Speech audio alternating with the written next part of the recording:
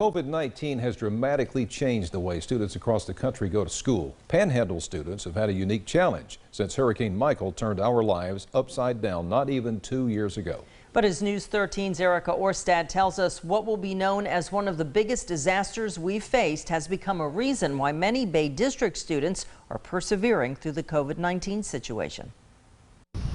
Across the Panhandle, we're still feeling the effects of it. It doesn't take much to find a blue tarp. My house is almost done being fixed. It's a constant reminder of the storm that residents here will never forget. A tree had fell on my grandma's house while we were in it. No matter how old. It actually affected me pretty bad. Our roof was messed up.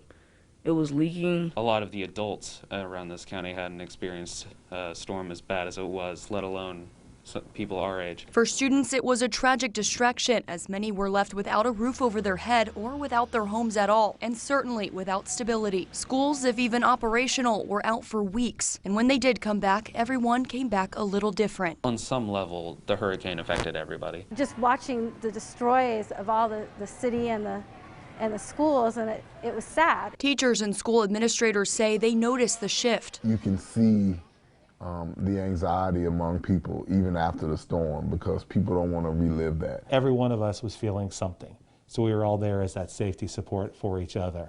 So we can try to get back to school. Every month, working through the damage Michael left behind, slowly adapting to a new normal. It was a little hard adjusting, but teachers and staff members and my parents, they really helped to help me transition to that new normal. That was until the new normal. The virus is just double. COVID-19, we have no idea when we're getting over this. Unfortunately, the good time, the camaraderie that students have within the school, that now became little boxes of windows on Google Hangouts or Zoom. The COVID-19 pandemic flipped an already hurting community back on its head, also sending students back home for the remainder of the 2018-2019 school year. I don't know if I was going to pass or not. The emotional effects are evident.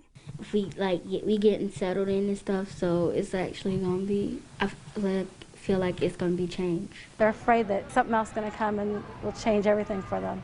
Bay District School Superintendent Bill Husfeld says the learning loss stemming from Hurricane Michael and the pandemic is problematic. There's a good number of students, though, that aren't back to where we all want them to be. From having to work and study full-time to simply not having the resources they need to be in school. It's something he says will need a lot of attention over the next several years to ensure struggling students are back on track for future success. We know that's going to be the battle we're going to face down the road in the next 2 to 3 years when the pandemic is over. And we hope that's sooner than later. He says mental health remains a big issue for students here, constantly adapting to the changes this new challenge is presenting. But Panhandle students, teachers, and administrators know a thing or two about adapting. I think everybody who went through the hurricane can roll with the punches a little bit better than they could before. It conditioned us to be in this predicament that we're in right now. Things that used to bother us don't seem to bother us as much.